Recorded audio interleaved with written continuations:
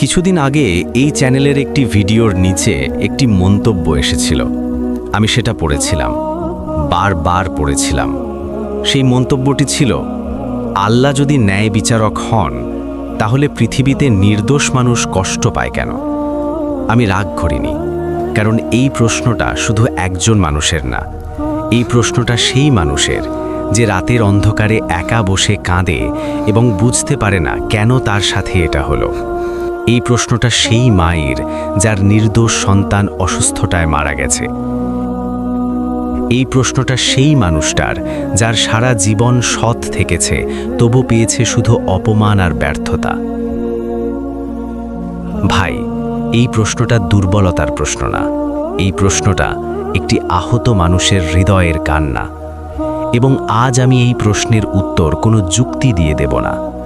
আজ আমি তোমাকে একটি গল্প বলবো, একটি গল্প যা 1000 বছর আগে ঘটেছিল। একটি গল্প যেখানে এই একই প্রশ্ন করেছিলেন স্বয়ং একজন নবী, আল্লাহর একজন প্রিয় নবী, হযরত মুসা আলাইহিস সালাম। সেদিন আকাশে মেঘ ছিল না, মরুভূমির বালি ছিল উত্তপ্ত, রুক্ষ, নিষ্ঠুর। দিগন্তের ওপারে সূর্য ঢলে পড়ছিল যেন ক্লান্ত একজন পথিকের মতো। মুসা আলাইহিস সালাম সেদিন একা হাঁটছিলেন।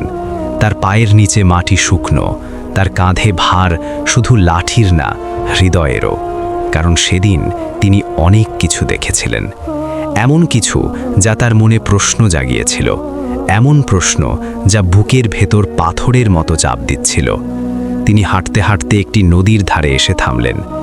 নদীটি ছিল শান্ত, তার জল স্বচ্ছ, যেন কেউ মাটির নিচ থেকে আলো ঢেলে দিয়েছে। দুই পাড়ে বুনো ঘাস, দূরে একটি খেজুর গাছ, বাতাসে হালকা শীষ।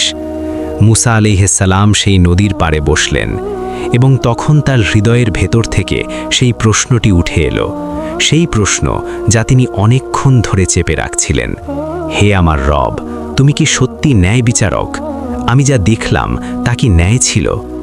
তিনি আল্লাহর সামনে কথা বললেন, যেভাবে একজন সন্তান তার পিতার সামনে কথা বলে, ভয়ে না, ভালোবাসায়, বিশ্বাসে।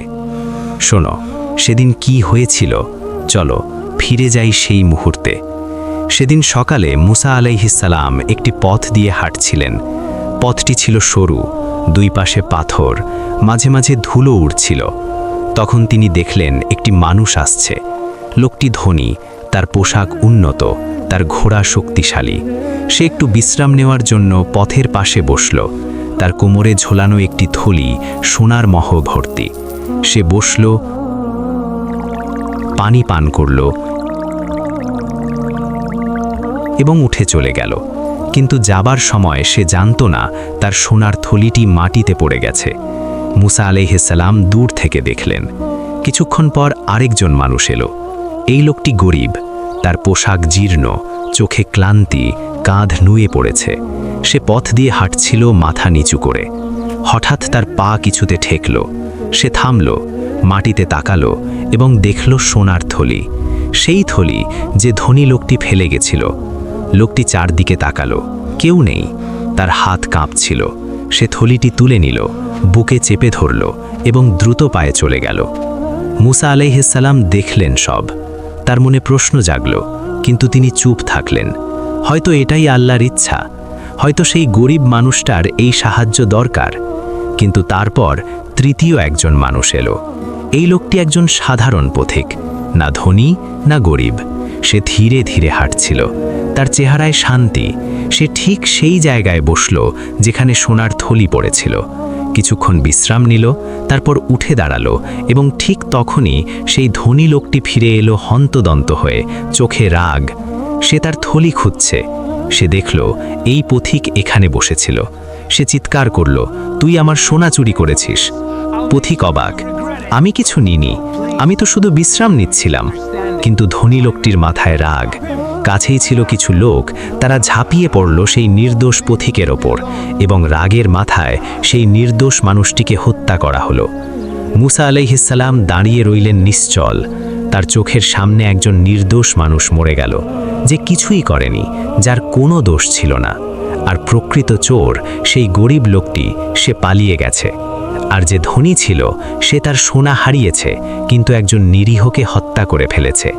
3টে অন্যায়, একটাও শাস্তি হলো না। মুসা আলাইহিস সালাম সেই নদীর পাড়ে কাঁদলেন, শুধু চোখের পানিতে না, বুকের গভীরে। তার হৃদয় চিৎকার করছিল, হে আমার রব, এটা কেমন বিচার, এটা কেমন ন্যায়? নির্দোষ মানুষ মরল, চোর পালালো, জালিম হাসল, তুমি কি দেখছিলে না? এবং তখন নদীর জলের উপর দিয়ে একটি শব্দ এলো, কোথা থেকে আসছে বলা যাচ্ছে না, কিন্তু সেই শব্দ ছিল আল্লাহর কালাম। মুসা, তুমি কি জানো সেই সোনা আসলে কার ছিল? মুসা আলাইহিস সালাম চুপ করে রইলেন। সেই সোনা ছিল সেই গরিব লোকটির পিতার। বহু বছর আগে সেই ধনী লোকটির পূর্বপুরুষ সেই গরিবের পিতার কাছ থেকে এই সম্পদ জোর করে কেড়ে নিয়েছিল। আজ সেই সম্পদ তার প্রকৃত উত্তরাধিকারীর কাছে ফিরে গেছে। নীরবতা এবং সেই নির্দোষ পথিক। মুসা, তুমি কি জানো সে কে ছিল? মুসা আলাইহিস সালামের হৃদয়ে থামার মতো হলো। সে ছিল একজন মানুষ যে তার সারা জীবনে অনেক মানুষকে কষ্ট দিয়েছিল, কিন্তু তার শেষ জীবনে সে তওবা করেছিল, সে পরিবর্তন হয়ে গিয়েছিল। তবু তার পুরনো কিছু পাপের হিসেব বাকি ছিল। আজ এই মৃত্যুর মাধ্যমে সেই হিসেব শেষ হলো, এবং সে এখন এমন একটি অবস্থায় আমার কাছে এসেছে যখন তার হৃদয় ছিল পরিষ্কার। যদি সে আরও বেঁচে থাকত, হয়তো আবার পথ হারাতো। এই মৃত্যু তার জন্য রহমত ছিল।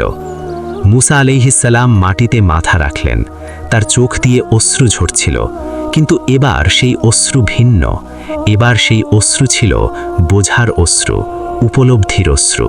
তিনি বুঝলেন, তিনি শুধু দেখছিলেন একটি মুহূর্ত, একটি দৃশ্য, একটি পলক, কিন্তু আল্লাহ দেখছিলেন শুরু থেকে শেষ পর্যন্ত, প্রথম শ্বাস থেকে শেষ শ্বাস পর্যন্ত, জন্মের আগে থেকে মৃত্যুর পরে পর্যন্ত। ভাই, একটু থামুন, চোখ বন্ধ করুন এবং ভাবুন, আপনি কি কখনো সেই মুসা আলাইহিস সালামের জায়গায় ছিলেন? আপনি কি কখনো এমন কিছু দেখেছেন যা আপনার বুকে প্রশ্ন জাগিয়েছে? একজন সৎ মানুষ ব্যর্থ হয়েছে, মিথ্যাবাদী সফল হয়েছে, একটি নিষ্পাপ শিশু কষ্ট পেয়েছে, একজন পাপী আরামে ঘুমাচ্ছে, একজন ভালো মানুষ অকালে চলে গেছে, একজন জালিম এখনো হাসছে। আমরা দেখেছি এবং আমাদের বুকে প্রশ্ন এসেছে। এটা দুর্বলতা না, এটা মানুষ হওয়ার স্বাভাবিক যন্ত্রণা। কিন্তু ভাই, আমরা ভুলে যাই একটি কথা। আমরা ভুলে যাই আমরা শুধু একটি জানালা দিয়ে তাকাচ্ছি, একটি ছোট্ট জানালা, এবং সেই জানালার বাইরে এক অসীম দৃশ্য যা আমরা দেখতে পাচ্ছি না। এবং ঠিক এই মুহূর্তে আল্লাহ সুবহানাহু ওয়া তাআলা আমাদের জন্য কথা বলেছেন তার কিতাবে। সেই কিতাব যা হাজার বছর ধরে এই একই প্রশ্নের উত্তর দিয়ে আসছে। সূরা আন-নিসার 40 নম্বর আয়াতে আল্লাহ বলেছেন, নিশ্চয়ই আল্লাহ অনুমানও জুলুম করেন না, অনুপরিমাণও না। ভাই, এই একটি বাক্য পড়ুন, আবার পড়ুন। আল্লাহ বলছেন না আমি সাধারণত জুলুম করি না। আল্লাহ বলছেন না বেশিরভাগ ক্ষেত্রে আমি ন্যায্য। আল্লাহ বলছেন অনুপরিমাণও না। এই মহাবিশ্বের সবচেয়ে ক্ষুদ্র কণার সমান, একটুকুও না। এটা কোনো মানুষের কথা না, এটা সেই সত্তার কথা যিনি প্রতিটি পাতার পতন জানেন, প্রতিটি চোখের অশ্রু গণনা করেন, প্রতিটি নিঃশ্বাসের হিসাব রাখেন।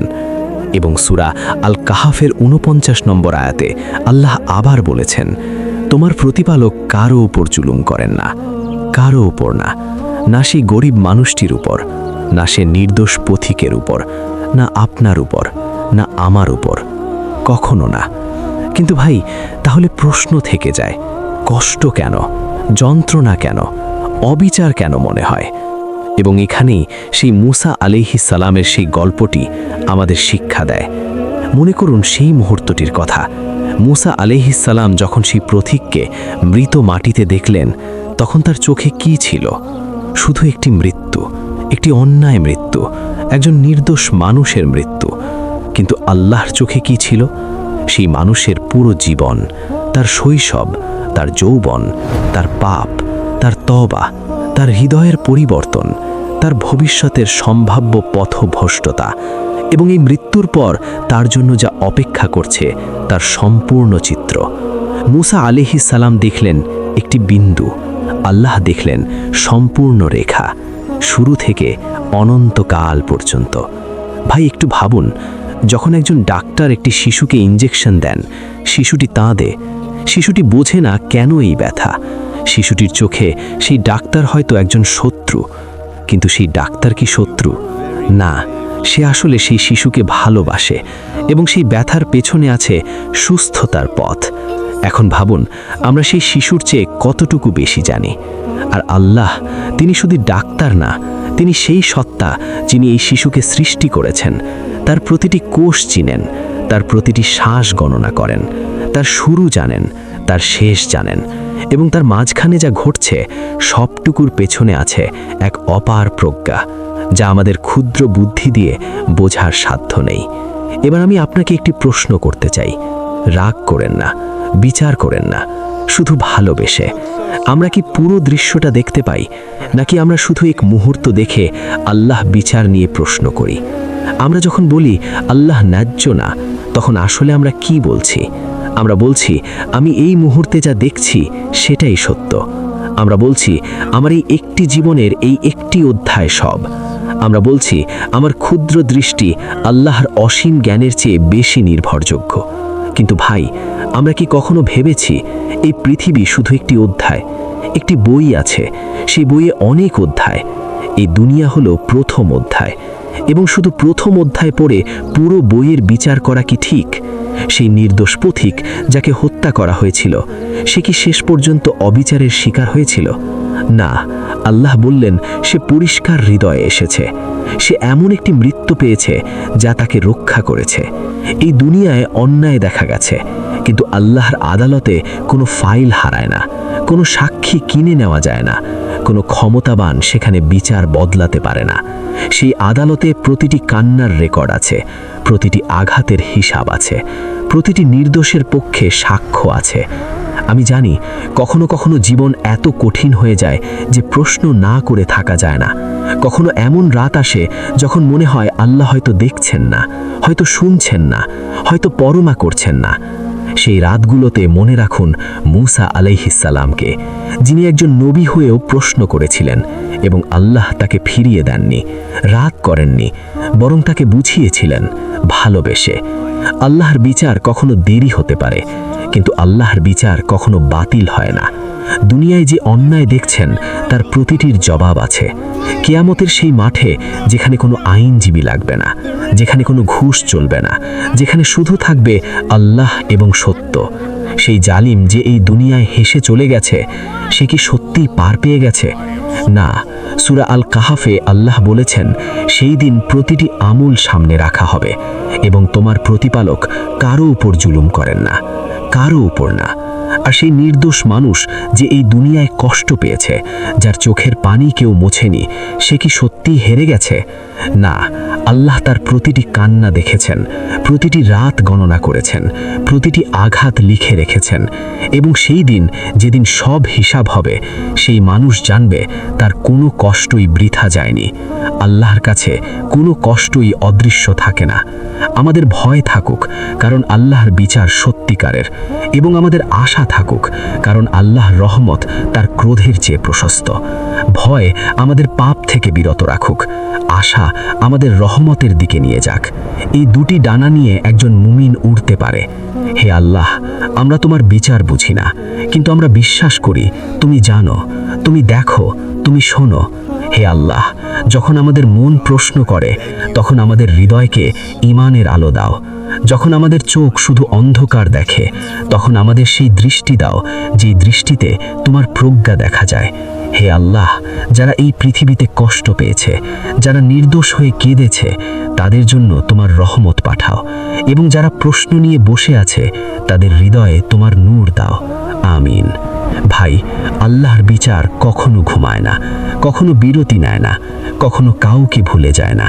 এই দুনিয়া একটি পরীক্ষাগার, এবং পরীক্ষার মাঝখানে ফলাফল দেখানো হয় না, কিন্তু পরীক্ষার শেষে প্রতিটি প্রশ্নের উত্তর মিলিয়ে দেওয়া হবে, প্রতিটি কষ্টের বিনিময় দেওয়া হবে, প্রতিটি অশ্রুর মূল্য দেওয়া হবে। এবং সেই দিন আমরা বুঝব, যেভাবে মূসা আলাইহিস সালাম বুঝেছিলেন, নদীর ধারে মাথা নত করে, চোখে অশ্রু নিয়ে, হৃদয়ে প্রশান্তি নিয়ে। আসসালামু আলাইকুম ওয়া রাহমাতুল্লাহি ওয়া বারাকাতুহু।